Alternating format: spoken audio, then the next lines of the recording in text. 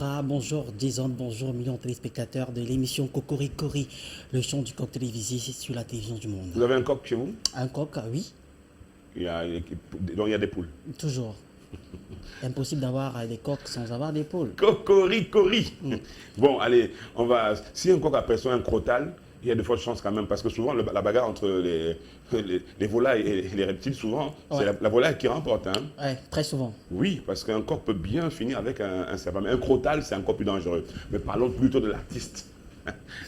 Sandra Peignel, on va s'intéresser à l'artiste qui lance donc un coup de gueule, c'est Crotal qui le fait. Bien sûr, on va parler de Crotal ce matin pour ouvrir cette chemise consacrée aux informations People d'ici. Et d'ailleurs, Crotal qui lance un coup de gueule par là aux différents majors, que ce soit sur le plan national ou encore continental, certainement dû à ce phénomène lié, qui lie Tenor à Universal Music Africa. Il fait comprendre très clairement qu'en tant que major, un major, parce qu'aujourd'hui on a ce phénomène, tout le monde veut être un label, mais il faut savoir qu'un label est une maison de production qui paye déjà ses impôts, qui se permet également de payer ses collaborateurs, ses partenaires et qui prend bien soin de ses artistes. Alors combien de majors sur le plan national le font? Donc avant de se lever et crier haut et fort que vous êtes un major, il faut vous rassurer que vous remplissez ces différents critères. Je pense que son message est visé, à vous de voir.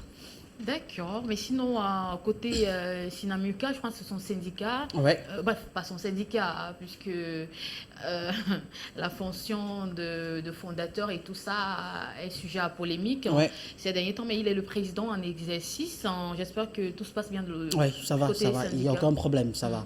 D'accord, on va parler de Hortarien, qui lui aussi nous parle de ses débuts. Voilà, Ontarien, comédien camerounais très connu. Il est du côté de l'Occident, plus précisément du côté des États-Unis. Il nous parle bien sûr de ses débuts. Il nous fait comprendre par là que avant qu'il ne soit ce qu'il est aujourd'hui, il a dû batailler, il a dû se battre comme un bon lion pour être ce comédien. Et surtout qu'il ne voulait jamais être comédien, mais vu certaines frustrations via lesquelles il traversait du côté des États-Unis, il s'est retrouvé en train de faire de la comédie parce qu'il souligne le fait qu'il fut